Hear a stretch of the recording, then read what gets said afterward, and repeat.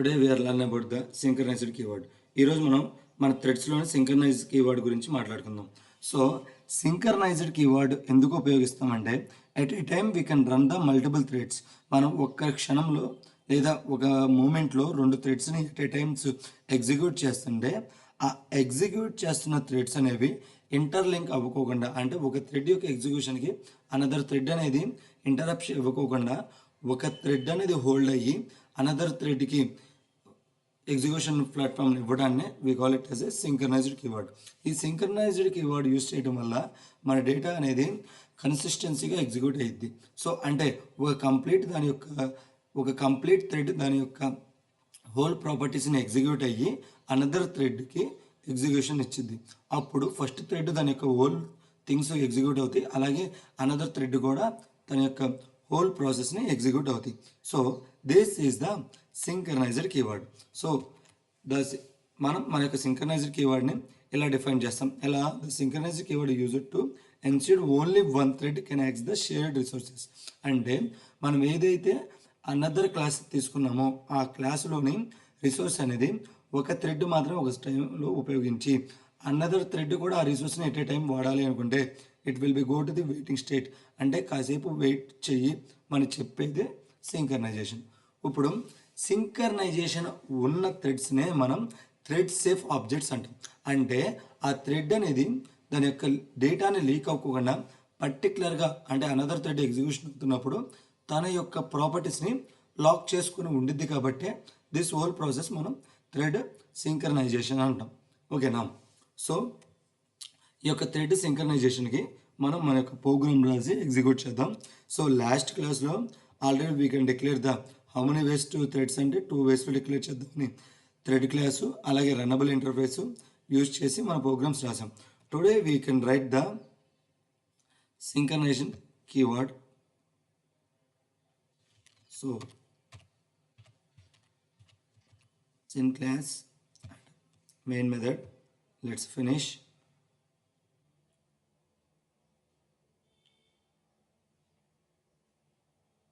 So మన యొక్క synchronised main class అనేది క్రియేట్ అయిపోయింది. సో మెయిన్ క్లాస్తో పాటు మనం ఇప్పుడు టూ థ్రెడ్స్ని క్రియేట్ చేయాలి. ఫస్ట్ థ్రెడ్ని క్రియేట్ చేద్దాం, జాగ్రత్త చూడండి. క్లాస్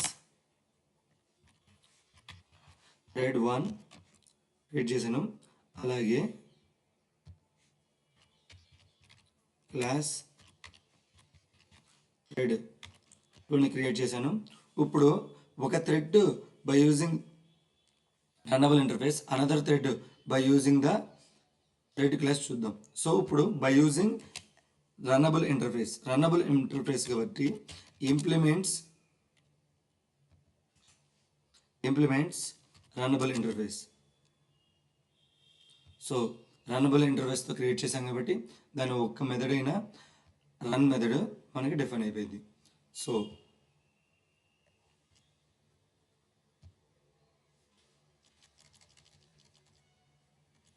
మనకి రన్నబుల్ ఇంటర్ఫేస్ కంప్లీట్ అయింది. సో నెక్స్ట్ అనదర్ థ్రెడ్ 2 అనేది ఎక్స్టెండ్స్ టు థ్రెడ్ క్లాస్ కాబట్టి మన యొక్క ఎక్స్టెండ్స్ థ్రెడ్, సో థ్రెడ్తో డినోట్ చేస్తున్నాం. ఓకేనా? అలాగే ఏ యొక్క ఎగ్జిక్యూషన్ స్టార్ట్ అవ్వాలి కాబట్టి రన్ అనే మెథడ్ని స్టార్ట్ చేయాలి. పబ్లిక్ వాయిడ్ రన్ డినోట్ చేశాను. సో అండ్ ఒకసారి ఎగ్జిక్యూషన్ చేద్దాము. బిఫోర్ చిన్న మెసేజ్లు ప్రింట్ చేద్దాం. SY thread 1, SY thread 2. Okay, thread 1, 2ని డినోట్ చేసాం. ఇప్పుడు వీటిని ప్రింట్ చేద్దాం. సో ప్రింట్ చేయాలి అంటే మన యొక్క థింగ్స్ అన్నీ ఆబ్జెక్ట్ రిక్వైర్డ్ కాబట్టి నాన్ స్టాటిక్ మెథడ్స్ ఉన్నాయి కాబట్టి ఆబ్జెక్ట్స్ క్రియేట్ చేయాలి. సో ఒకసారి ఆబ్జెక్ట్ క్రియేట్ చేద్దాం. ఫస్ట్ థ్రెడ్ 1కి క్రియేట్ చేద్దాం. సో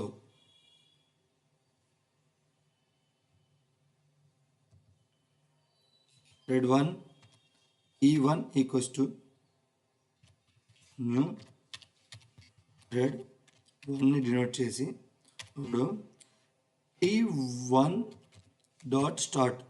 సో స్టార్ట్ అనే మెథడే ఉండదు. ఎందుకు?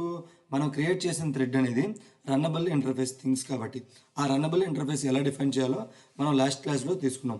కాబట్టి ఎప్పుడైనా రన్నబుల్ ఇంటర్ఫేస్ సహాయంతో నువ్వు థ్రెడ్ క్రియేట్ చేస్తే ఖచ్చితంగా ప్రీ డిఫైన్డ్ క్లాస్ అయినా థ్రెడ్ అనే క్లాస్లో మీ యొక్క థింగ్స్ని ప్రింట్ చేయాల్సి ఉంటుంది. m equals to new thread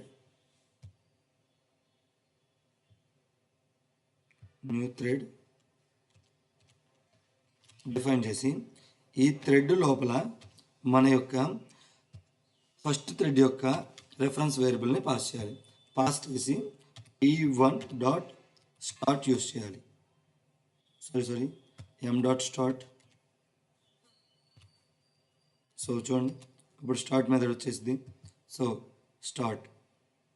next we do the thread 2 T2 equals to new thread 2 define చేసి రన్ చేద్దాం. T2 start. ఓకే, ఇప్పుడు ఎగ్జిక్యూట్ చేద్దాం. జాగ్రత్త చూడండి.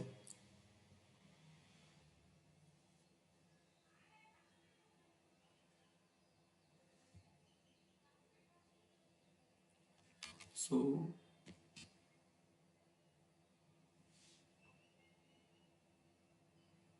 థ్రెడ్ 1 అలాగే థ్రెడ్ 2 ఎగ్జిక్యూట్ అయింది. సో ఇలా మల్టిపుల్ థ్రెడ్స్ని ఎట్ ఏ టైం ఒక సింగిల్ ప్రోగ్రాంలో రాయాల్సి ఉంటుంది. ఈ సింగిల్ ప్రోగ్రాంలో కూడా రెండు థ్రెడ్స్ ఒక సేమ్ మన యొక్క జాగ్రత్త చూడండి same access the shared resources అంటే ఖచ్చితంగా ఒకే ఒక థ్రెడ్ అనేది ఒక థ్రెడ్కి సంబంధించిన డేటా మాత్రమే రెండు థ్రెడ్స్ షేర్ చేసుకోవాలి. దానికోసం మనం అనదర్ క్లాస్ని తీసుకుందాం. So class S5N. సో ఇది ఇంప్లిమెంట్స్ అవ్వదు, జస్ట్ సింక్రనైజేషన్తో మనం మెథడ్స్ చూద్దాం. బేసికల్గా సింక్రనైజేషన్ ఎన్ని టైప్స్లో చేయొచ్చు అంటే 3 టైప్స్లో చేయొచ్చు. సో ఫస్ట్ వచ్చేసరికి static method and second one వచ్చేసరికి non static method and third వచ్చేసరికి బ్లాక్. సో మన యొక్క సింక్రనైజ్డ్ బ్లాక్. ఈ 3 వేస్లో చేద్దాం. ఫస్ట్ సింక్రనైజ్డ్ మెథడ్ చూద్దాం. సో సింక్రనైజ్డ్ మెథడ్కి పబ్లిక్ స్టాటిక్ సింక్రనైజ్డ్ మన స్టాటిక్ పక్కన సింక్రనైజ్డ్ కీవర్డ్ని డినోట్ చేయాలి. సింక్రనైజ్డ్ వాయిడ్ ప్రింట్ నెంబర్స్, కొన్ని నెంబర్స్ని ప్రింట్ చేయమంటాం. సో అదేంటనేది మన యొక్క థ్రెడ్స్లో డిఫైన్ చేద్దాం. కాబట్టి దీని యొక్క రిఫరెన్స్ నేమ్ ఎన్గా డినోట్ చేసాం. చేసి అండ్ నేను కొన్ని నెంబర్స్ని ప్రింట్ చేస్తాను. ఆ నెంబర్స్ కూడా ఏంటంటే మల్టిప్లికేషన్ నెంబర్స్. సో కాబట్టి ఫర్ ఏంటి i equals to 1 i less than R equals to. So మన టోటల్గా ఎన్ని వాల్యూస్ కావాలి? Either 5 or 10. సో 5 ప్రజెంట్ 5 తీసుకున్నాం. తర్వాత ఇంక్రీజ్ చేద్దాం. i ప్లస్ ప్లస్ డినోట్ చేసి ఇక్కడ మనము SYSO of i into n అంటే ఏదైతే ఫస్ట్ థ్రెడ్లో యూజర్ ఎంటర్ చేస్తాడో సెకండ్ థ్రెడ్లో యూజర్ ఎంటర్ చేస్తాడో అన్ని టైమ్స్ ప్రింట్ అవ్వాలని చూస్తున్నాను.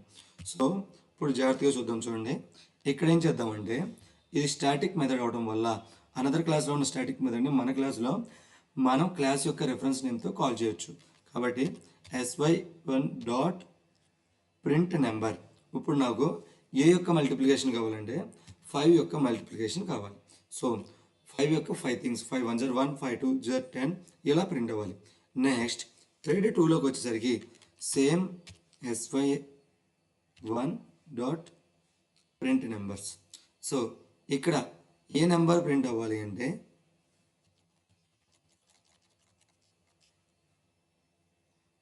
Like we given as a 20 21 21 sir 20 22 sir 40 అలా ప్రింట్ అవ్వాలి. సో ఫస్ట్ మన సింగిల్ థ్రెడ్ గురించి చూద్దాం. ఈ థ్రెడ్ని కామెంట్స్లో పెట్టి థ్రెడ్ చూడండి 5, 10, 15, 20, 25. ఓకే, ఎగ్జిక్యూట్ అయ్యింది. నెక్స్ట్ అనదర్ థ్రెడ్ని కూడా ఎగ్జిక్యూట్ చేద్దాం. సో జాగ్రత్త చూడండి, ఇప్పుడు 20, 25, 20, 40, 60, 70 ఎగ్జిక్యూట్ అయినాయి కదా. ఇలా థ్రెడ్ 1, థ్రెడ్ 2 అనేవి వాటి యొక్క ఎగ్జిక్యూషన్ని చేస్తాయి. ఓకేనా. ఇప్పుడు సింక్రనైజేషన్ ఇచ్చాము కాబట్టి ఫస్ట్ థ్రెడ్ ఎగ్జిక్యూట్ అయిన తర్వాత అనదర్ థ్రెడ్ అనేది ఎగ్జిక్యూట్ అయింది. ఒకవేళ సింక్రనైజ్డ్ ఇవ్వకపోతే వచ్చే ఫాల్ట్ ఏంటో జాగ్రత్తగా చూద్దాం. సో సేవ్ చేసి రన్ చేద్దాం. ఇప్పుడు చూడండి మన యొక్క ఎగ్జిక్యూషను. మనం ఎగ్జిక్యూట్ చేసినప్పుడు ఫస్ట్ థ్రెడ్ దాని యొక్క వాల్యూస్ అన్ని ప్రింట్ చేసిన తర్వాత సెకండ్ వాల్యూస్ ప్రింట్ చేసుకుంటుంది. కానీ ఎప్పుడన్నా మనం మన యొక్క థ్రెడ్స్ని స్లీపింగ్ స్టేట్లోకి పెడతాయి. అంటే కాసేపు వెయిట్ చేపిస్తుంటే థ్రెడ్ డాట్ స్లీప్ అని చెప్పి జస్ట్ ఎక్కువ సమయం వద్దు, మనం 100 సెకండ్స్ మనం దీన్ని స్లీపింగ్ స్టేట్లో ఉంచామనుకోండి, ఇక్కడ ఎక్సెప్షన్ ప్రొడ్యూస్ చేస్తుంది. Exception surround the try and catch బ్లాక్తో దాన్ని హ్యాండిల్ చేస్తున్నాం. ఇప్పుడు జస్ట్ 100 సెకండ్స్ హోల్డ్లో ఉన్నావు అంటే it will be print the first thread execute అయితే సెకండ్ థ్రెడ్ ఇలా ఇర్రెస్పెక్టివ్గా ఎగ్జిక్యూట్ అవుతాయి. జాగ్రత్త చూడండి, ఫస్ట్ 5 స్టార్ట్ అయింది, తర్వాత 20, తర్వాత 10, 40. అంటే ఒక థ్రెడ్ దాని యొక్క ఎగ్జిక్యూషన్ కంప్లీట్ అయిన తర్వాత సెకండ్ థ్రెడ్ స్టార్ట్ అవుతుందా? అవ్వదు. ఇన్కన్సిస్టెన్సీగా అంటే ఒక థ్రెడ్ దాని యొక్క ఫస్ట్ వాల్యూ ప్రింట్ అయితే అనదర్ థ్రెడ్ దాని యొక్క సెకండ్ వాల్యూ. ఇలా చేయటం వల్ల ఏంటంటే 2 థ్రెడ్స్ ఎట్ ఏ టైము ఇలా వెయిటింగ్ లేదా మనం హోల్డ్ చేయమని అడిగినప్పుడు అబ్నార్మల్ బిహేవియర్ వల్ల మన యూజర్కి కావాల్సిన ఎక్సెప్షన్ లేదా యూజర్కి కావాల్సిన ఎగ్జిక్యూషన్ డేటా అనేది రాదు. దీన్ని హ్యాండిల్ చేయడానికే మనం యూజ్ చేసేది synchronised keyword. So synchronized keyword. ఇప్పుడు నువ్వు 100 సెకండ్స్ వెయిట్ చేయమన్నా సరే ఇది ఎలా ఎగ్జిక్యూట్ అవుతుందో జాగ్రత్త చూడండి. ఫస్ట్ 5, 10, 15, 20, 25 తన యొక్క ఎగ్జిక్యూషన్ కంప్లీట్ చేసుకుంది. తర్వాత 20 నుంచి స్టార్ట్ అయింది చూడండి. ఇలా సింక్రనైజేషన్ అంటే సింగిల్ ఆబ్జెక్ట్ని 2 థ్రెడ్స్ యాక్సెస్ చేసిన పర్టికులర్గా ఒక థ్రెడ్ ఎగ్జిక్యూట్ అయిన తర్వాత అనదర్ థ్రెడ్ ఎగ్జిక్యూట్ అయింది. సార్ 100 సెకండ్స్ ఇచ్చారు, 1000 సెకండ్స్ ఇవ్వండి సార్ అంటే మళ్ళీ ఇంటర్లింక్ అవుతాయి అంటే జాగ్రత్త చూడండి. సో 5 స్టార్ట్ అయింది, 10 స్టార్ట్ అయింది, 15 స్టార్ట్ అయింది, 20, 25 తర్వాత 20 స్టార్ట్ అయింది. ఎందుకు అంటే దాని యొక్క కంప్లీట్ ఎగ్జిక్యూషన్ అయిపోయిన తర్వాతే అనదర్ థ్రెడ్కి యాక్సెస్ ఇవ్వడాన్ని సింక్రనైజ్డ్ అంటాము. So this is the static synchronised. మనం ఇప్పుడు నాన్ స్టాటిక్ సింక్రనైజ్డ్ చూద్దాం. Synchronised static non static simple difference ఏంటంటే ఇక్కడ స్టాటిక్ కీవర్డ్ని రిమూవ్ చేయటమే. సో స్టాటిక్ కీవర్డ్ని రిమూవ్ చేసి సింక్రనైజ్డ్ అని డినోట్ చేయాలి. ఇప్పుడు చూడండి మన యొక్క క్లాసెస్లో ఎర్రర్స్ డినోట్ అవుతాయి. ఎందుకంటే సింక్రనైజ్డ్కి ఎప్పుడైనా నాన్ స్టాటిక్ మెథడ్కి ఆబ్జెక్ట్ క్రియేట్ చేయాలి. న్యూ SYN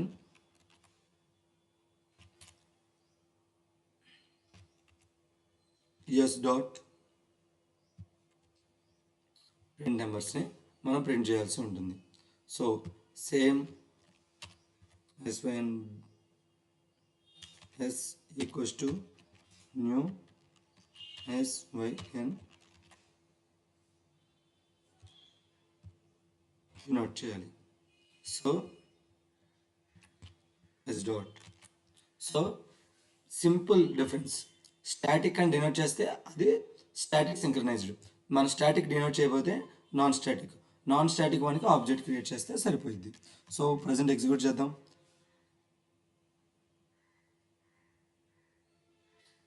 సో ఎగ్జిక్యూట్ చేసాం. ఫస్ట్ ఏమైంది 5 వచ్చింది, తర్వాత 20. కానీ స్టాటిక్ అంటే non static synchronised keyword use చేసినప్పుడు కూడా మనం మన యొక్క సింక్రనైజ్డ్ అంటే ఒక థ్రెడ్ ఎగ్జిక్యూట్ అయ్యి అనదర్ థ్రెడ్కి యాక్సెస్ ఇవ్వట్లేదు.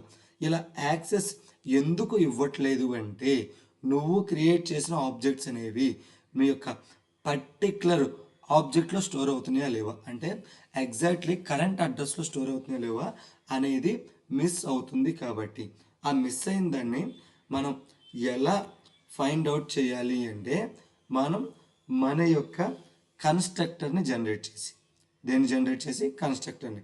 ఇప్పుడు మనం మన యొక్క ఆబ్జెక్ట్ క్రియేషన్ని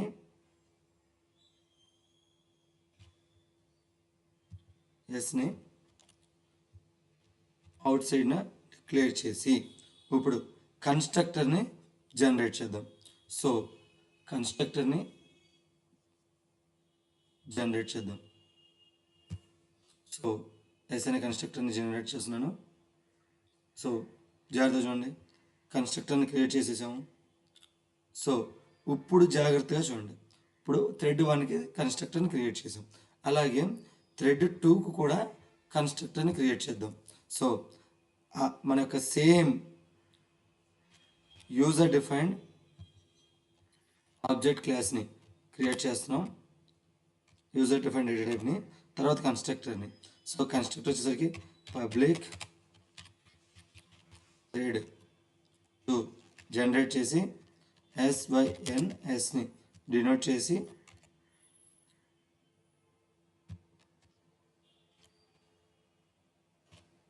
పబ్లిక్ డినోట్ చేసి సింపుల్గా this dot S equals to S అని ప్లేస్ చేసాం. ఇప్పుడు చూడండి, వెయిట్ ఫర్ సెకండ్.